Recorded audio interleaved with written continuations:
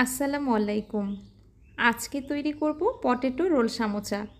বাসায় একটি মাত্র আলু আর 1 কাপ ময়দা থাকলেই এই রোল সামোচাগুলো তৈরি করতে পারবেন। অনেক বেশি ক্রিস্পি এই রোল সামোচাগুলো খেতে ভীষণ মজার হয়।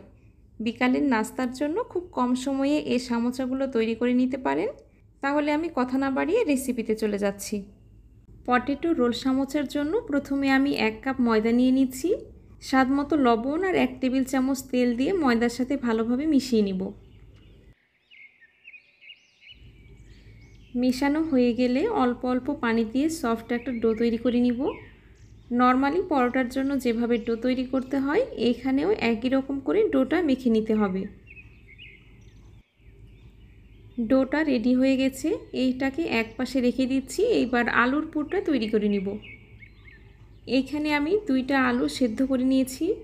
এবার হাত দিয়ে এগুলো ভালোভাবে ম্যাশ করে নিব। খেয়াল রাখবেন যেন আলুতে বড় কোনো গোটা না থাকে। ভালোভাবে ম্যাশ করা হয়ে গেলে দিয়ে দিচ্ছি একটা পেঁয়াজ আর 2টা কাঁচামরিচ কুচি, স্বাদমতো লবণ, হাফ চামচ করে জিরা ও চাট মশলা, দিয়ে দিচ্ছি 1 চামচ চিলি ফ্লেক্স ও 2 টেবিল চামচ পরিমাণ ধনেপাতা কুচি।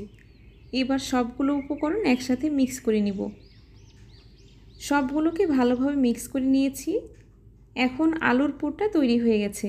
অন্যদিকে যে ডোটা তৈরি করে রেখেছিলাম, পুর তৈরির সময় ডোটাও সেট হয়ে গেছে। এখান থেকে আমি 2টা লেচি করে নিচ্ছি।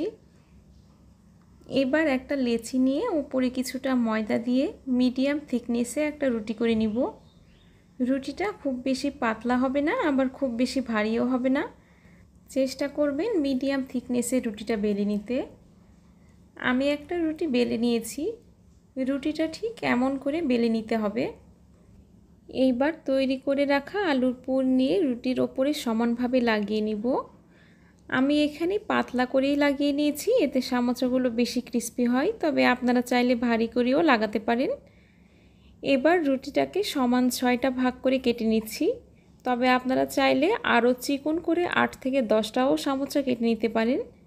কেটে নেওয়ার পরে একটা পাশ থেকে এরকম গোল গোল করে ঘুরিয়ে নিচ্ছি।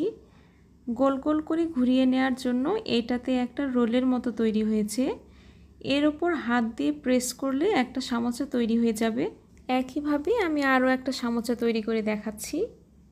কাজটা খুবই ইজি, আপনারা আমার হাতের দিকে খেয়াল করলেই বুঝতে পারবেন। সবগুলো সামোচাই আমি একইভাবে তৈরি করে নিয়েছি। এইবার সামোচাগুলো ভাজার জন্য ফ্রাই প্যানে পর্যাপ্ত পরিমাণ তেল দিয়ে তেল কিছুটা গরম করে নিয়েছি।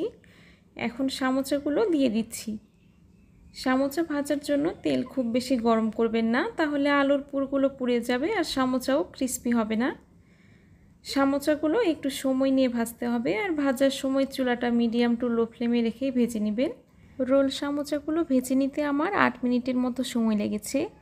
এরকম ব্রাউন কালার আসলে একটা স্ট্রেটনারের সাহায্যে তুলে গরম গরম সার্ভ করে নিচ্ছি। বিকালের নাস্তার জন্য এই ক্রিস্পি সামোচা বানিয়ে দেখবেন, ছোট থেকে বড় সবাই অনেক পছন্দ করবে। এই ক্রিস্পি রোল সামোচাগুলো তৈরির রেসিপি আপনাদের কাছে কেমন লেগেছে অবশ্যই কমেন্ট করে জানাবেন। ভালো লাগলে মনিস কিচেন সাবস্ক্রাইব করে সাথেই থাকবেন। আজকের মতো বিদায় নিচ্ছি। আল্লাহ হাফেজ।